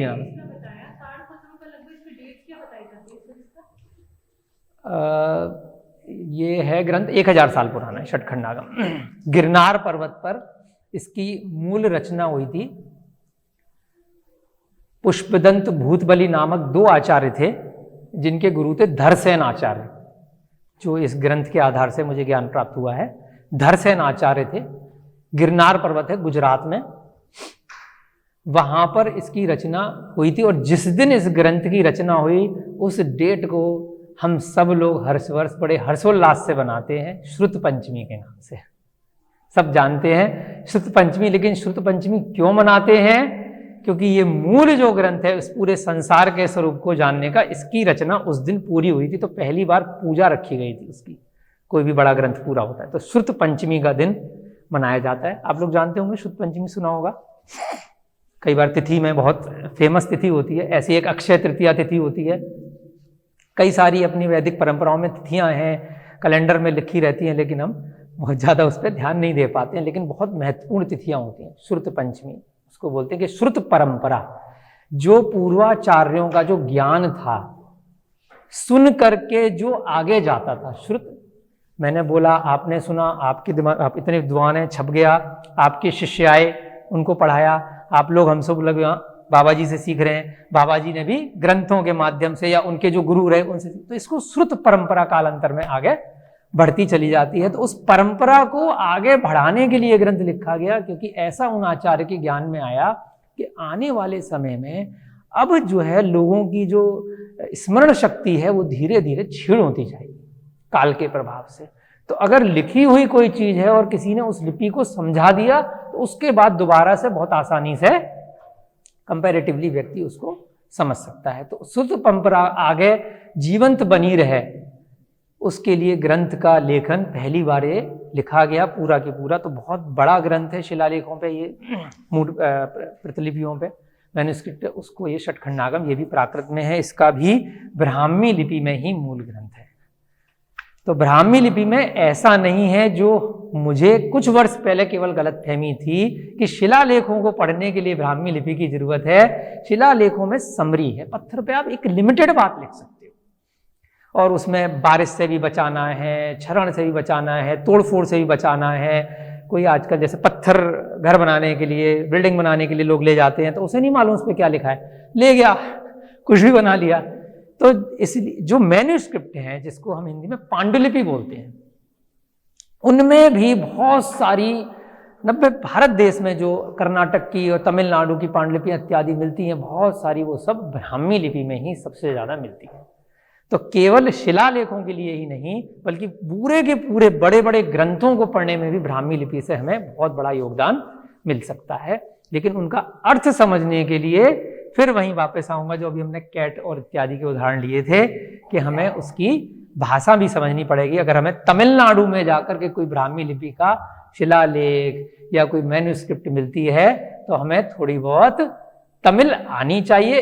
इतना समय तो नहीं है अब हम तमिल सीखें 10 साल, तो इसीलिए हमें कोई साथ में पार्टनर चाहिए, सहयोगी चाहिए, उसको बिठाना पड़ेगा, समझना पड़ेगा। आजकल इंटरनेट भी थोड़ा बहुत सहयोग दे सकता है, लेकिन 100% हम इंटरनेट पे डिपेंड नहीं हो सकते, क्योंकि उसमें भी गलतियां जिसने जैसा फीड कर दिया हो सकती हैं। अगर हम केरल जाएंगे, आप केरल से मैंने पढ़ाई करी है जैसे, तो वहाँ पर भी बहुत शिलालेख मिलते हैं। उसके लिए हमें मलयालम पर जाना पड़ेगा। अगर हम कर्नाटक जाएंगे तो उसके लिए हमें कन्नड़ पे जाना पड़ेगा। ऐसे ही जिस जिस देश में हम जाएंगे, अभी मेरे पास यहाँ पे किताब नहीं है, तो इतना मैं सरप्राइज हो गया, मिस्र के जो पिरामिड हैं, संसार के 7 आश्चर्यों में 8 आश्चर्यों में आते हैं, उनमें भी ब्राह्मी लिपि मिल जाती है। तो लेकिन उसके अर्थ को जानने के लिए हमें इजिप्ट की जो भाषा उस समय रही होगी, तो उसको उन विद्वानों से, या जो विद्वान वहाँ के पुराने ग्रंथों को पढ़ते होंगे, मेसोपोटामिया, बहुत सारी ऐसी संस्कृति हैं जहाँ पर हमें उन विद्वानों के भी संपर्क में रह करके उसको समझने का प्रयास करना पड़ेगा। सर, आपके पास कोई ऐसी पिक्चर या क्लिप है जिसमें इजिप्ट के पिरामिड के ऊपर ब्राह्मी? हाँ, मेरे पास अभी मैं ढूंढ लूंगा, जैसे धीरे धीरे मेरे पास जो संकलन है मैं ढूंढ करके धीरे धीरे आपको दिखाऊंगा। अभी आज की क्लास के लिए एक और मैं ये चीज़ दिखाता हूँ, फिर आपसे समय पूछूंगा कि कितना समय बचा है, फिर उस हिसाब से आज की क्लास आगे लेंगे। एक और ग्रंथ मुझे मिला था, मैं ज़्यादा ला नहीं पाया हूँ, जो मेरे हाथ में थे बाई चांस, क्योंकि पीएचडी के उसके लिए गया था, तो कुछ इसी विषय पे पीएचडी थी, तो सारे ले गया था। कभी इंटरव्यू में वो लोग पूछ रहे हैं कन्वोकेशन में। तो एक ये ग्रंथ हो रहे त्रिलोक सार 3 लोक का सार, ये भी ब्राह्मी लिपि से प्राकृत भाषा में इसका भी वर्जन आया है। वर्तमान में जिन्होंने इसकी हिंदी टीका करी है, आर्यका विशुद्धमती माता जी हैं, वो अभी नहीं है। अगर आप लोग इसको अगर पढ़ने का मैं आपको दूंगा बीच में, अगर आप इसके 2 पेज भी पढ़ेंगे तो आपको, मतलब मैं शब्द में बयान नहीं कर सकता, बड़े बड़े साइंटिस्ट, बड़े बड़े इंजीनियर, मेरी मैथ भी अच्छी थी अपने समय में जब मैंने सीए करी, सारी मैथमेटिक्स 0 पे पहुंच जाती है जब हम इन ऋषि मुनियों का ज्ञान देखते हैं। कई कई पेज तक कैलकुलेशन चलती है, इतना सूक्ष्म कैलकुलेशन है पूरे ब्रह्मांड की त्रिलोक सार के अंदर। ये तो प्राकृत से हिंदी की गई है, परंतु इसका जो मैन्युस्क्रिप्ट है वो सब ब्राह्मी में मिलते हैं ज्यादातर। तो सर, ये लगभग सूर्य सिद्धांत जैसे? हाँ, सूर्य सिद्धांत की तरह, सूर्य चंद्र प्रकृति, उनके सिद्धांत पूरा ब्रह्मांड के बारे में। तो जो आर्यका विशुद्धमती माता जी ने शुरू में इसमें इसकी टीका वो दी है भूमिका, तो कैसे कैसे उसको शुरू के 4 पेज जब मैंने पढ़े तो आंसू आ गए, क्योंकि अभी भी लोग मैन्युस्क्रिप्ट विद्वानों को नहीं देते कि खराब कर देगा, कहीं बेच तो नहीं खाएगा, इसका कोई पर्सनल फायदा तो नहीं है, पता नहीं कौन से हाथ से छुएगा। चोरी कर करके उन्होंने मैन्युस्क्रिप्ट, मतलब अच्छा काम करने के लिए भी चोरी करनी पड़ रही है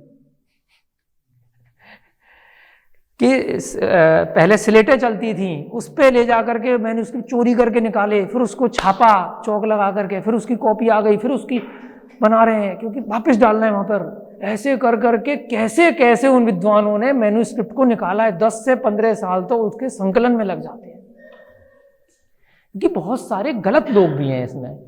अगर आप जाएंगे, जब मैं इस काम में लगा हुआ हूँ तो शायद आपको पता है कि नहीं पता है, परंतु बताना मुझे जरूरी लगता है कि भारत देश के लिए, एक शब्दों का प्रयोग तो नहीं करना चाहिए, परंतु बहुत बुरी स्थिति है कि जो सबसे बड़ी लाइब्रेरी है मैन्युस्क्रिप्ट की भारत देश के अंदर, वो भारत की सरकार नहीं चला रही, पौंडीचेरी की सरकार, वो फ्रांस की सरकार चला रही है पौंडीचेरी में।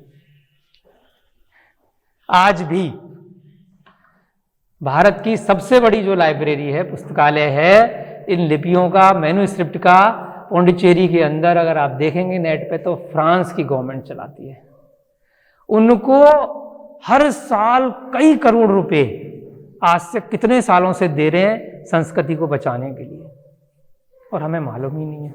हम अपनी मैन्युस्क्रिप्ट को क्या कर रहे हैं, आप तो गंगा के पास रह रहे हैं, वो गंगा में बहाने की चीज नहीं है, परंतु बहा रहे हैं एक तरह से, यमुना में बहा रहे हैं कि भाई घर में रखे हुए हैं, मंदिर में रखे हुए हैं, दीमक लग जाएगा, चूहे खा जाएगा, बाप दादाओं ने पता नहीं अलमारी में रखा हुआ है, जाले लग रहे हैं कपड़ों से बांध बांध कर, 10-10 साल से किसी ने खोल के नहीं देखे, प्राचीन मंदिर में कहीं खोल के देखा तो जंग लग रही है अलमारी में, चूहे घूम रहे हैं, दीमक लग रहा है।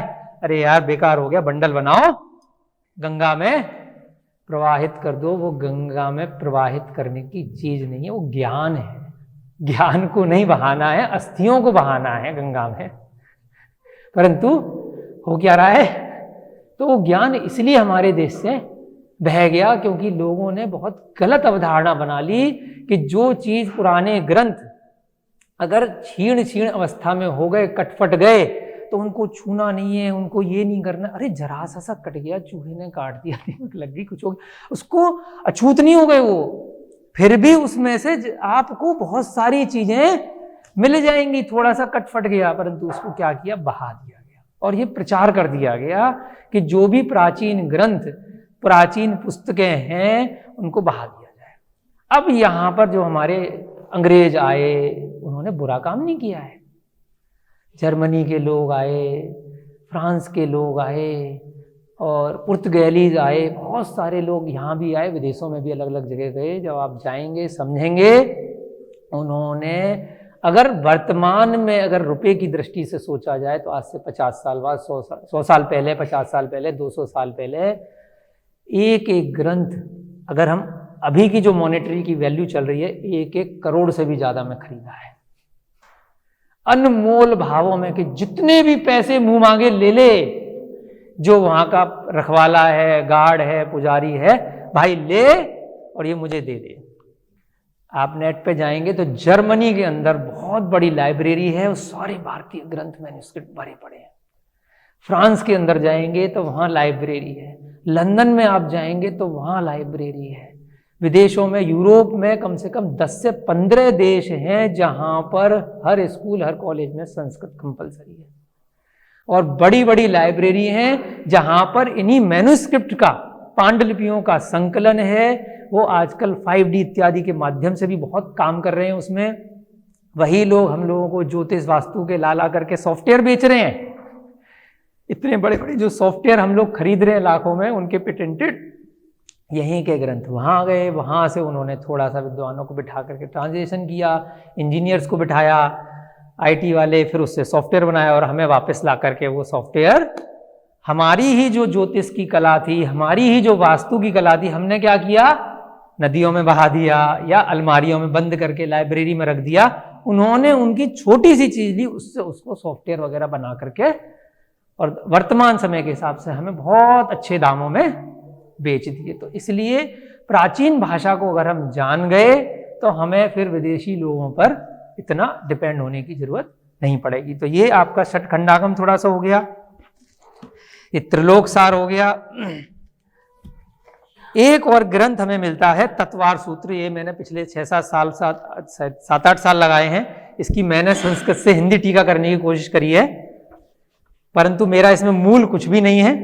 मैंने लगभग 10 से 15 दूसरे विद्वानों का ग्रंथ पढ़ा, और वर्तमान समय में जो सरल भाषा में जो लोगों को जरूरत थी कि कम शब्दों में पूरी बात आ जाए, तो संधि विच्छेद टाइप से इसको बनाया है कि मूल टेक्स्ट क्या है सूत्र का, और उसमें नीचे उसका हर शब्द का क्या भावार्थ है, उसका क्या अर्थ है। तो लोगों को बहुत पसंद आ रहा है। 10 अध्याय का तत्वार सूत्र आचार्य उमा स्वामी का है। इसमें 10 अध्याय में पूरे 3 लोक के बारे में, पूरी संसार के, आत्मा के बारे में, जीव की संरचना के बारे में, कर्मों के सिद्धांत के बारे में, इवन पिछला जन्म हमारा कैसे हुआ होगा, हम कैसे कर्म करते हैं तो अगला जन्म हमें कैसा मिलेगा, हम जहाँ पैदा हुए हैं तो क्यों हुए हैं, हम कैसे कर्म कर रहे हैं तो तुरंत उसका प्रभाव अभी आएगा या कब आएगा, कैसे आएगा, बहुत डिटेल में इस छोटे से ग्रंथ में इसकी चर्चा की गई है। कर्मा थ्योरी, कर्म सिद्धांत के बारे में, 3 लोक के बारे में, पूरे हमारे शरीर की संरचना है तो सूक्ष्म दृष्टि से, तो कान है तो कान के अंदर भी कौन सा कान है, आंख है तो आंख कैसी है, हम कौन सी चीज से, हमारी आत्मा के प्रवेश कैसे हैं, शरीर क्या है, आत्मा क्या है, बहुत अच्छा ग्रंथ है। इसमें भी ब्राह्मी लिपि में बहुत सारे ग्रंथ मिलते हैं, अलग अलग आचार्यों ने ब्राह्मी लिपि में इसकी टीकाएं इत्यादि करी हुई हैं।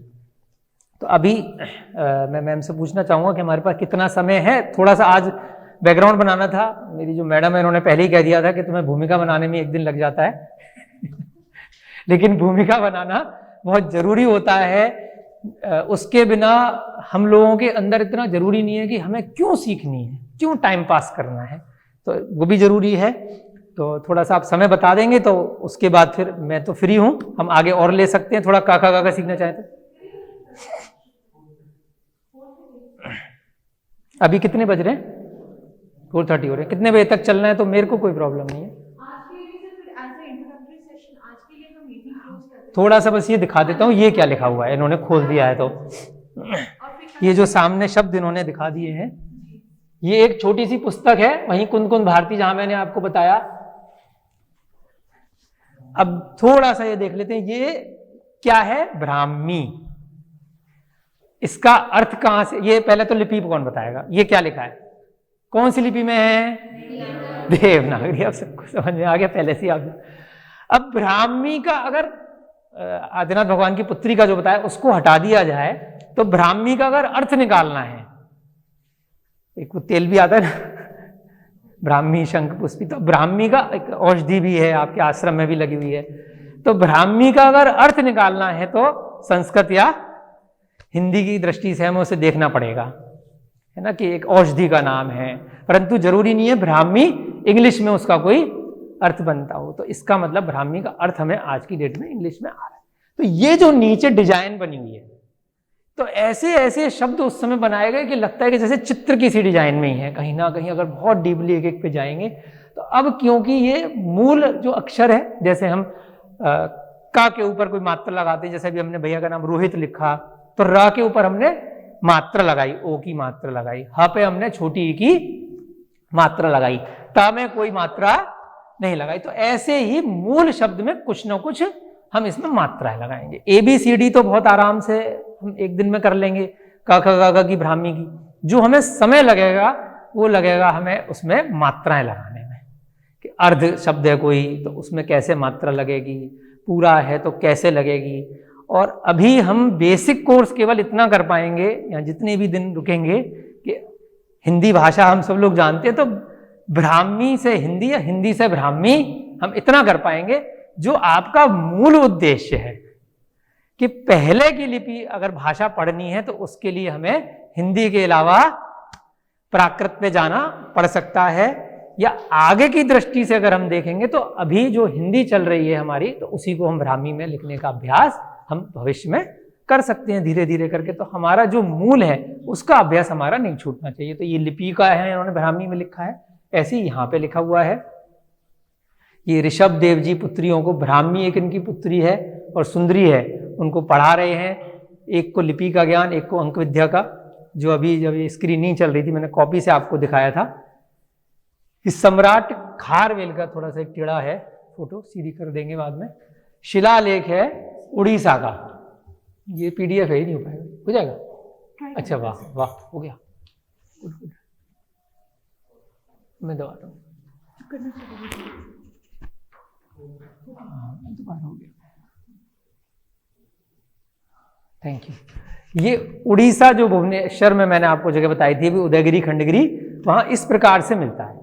तो जो दिक्कत कहीं कहीं नई जगह पे खोज में आएगी कि कहीं मिट्टी लग रही होगी, कहीं कुछ होगा, तो जब आप आगे और अध्ययन करेंगे इसमें, आपकी तो यूनिवर्सिटी है तो यहाँ पर भी आपको हो सकता है सुविधा मिल जाए। पिछले वर्ष मैं और मैडम इसी काम से जयपुर गए थे, तो वहाँ अपभ्रंश साहित्य अकादमी का मालवीय नगर में बहुत बड़ा इंस्टीट्यूट है, वहाँ देख करके मुझे इतना अच्छा लगा। पूरी बिल्डिंग नई बनी है और भारत सरकार की तरफ से वहाँ PhD विद्वान लगाए गए थे।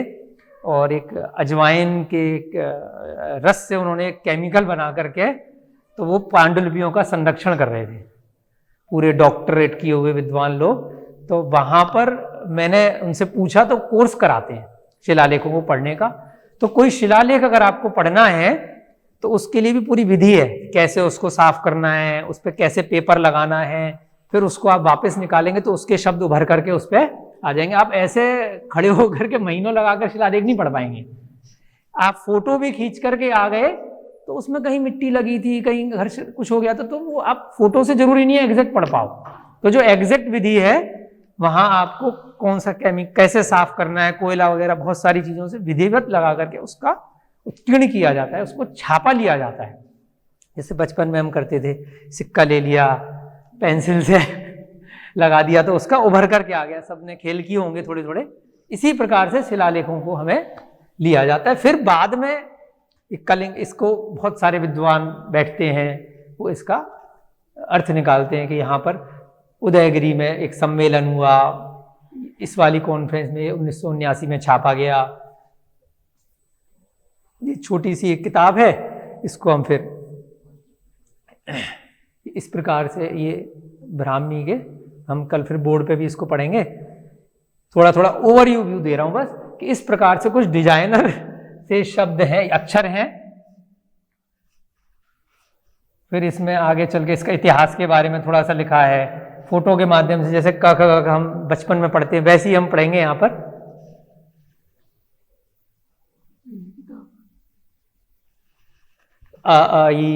ये सब हम सीखने का प्रयास करेंगे छोटे बच्चों की तरह, तो हमें बड़ा अच्छा लगेगा। और फिर आज आपका समय हो रहा है और कल हम मैम से पूछ के समय डिसाइड कर लेंगे कितने बजे तक करना है।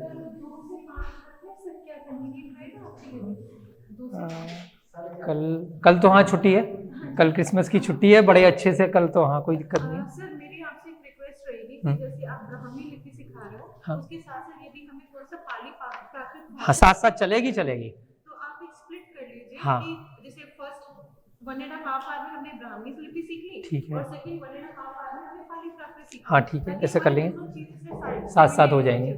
हाँ बहुत अच्छा हो जाएगा। तो आज के लिए बहुत बहुत नहीं, आपका भी बहुत बहुत धन्यवाद।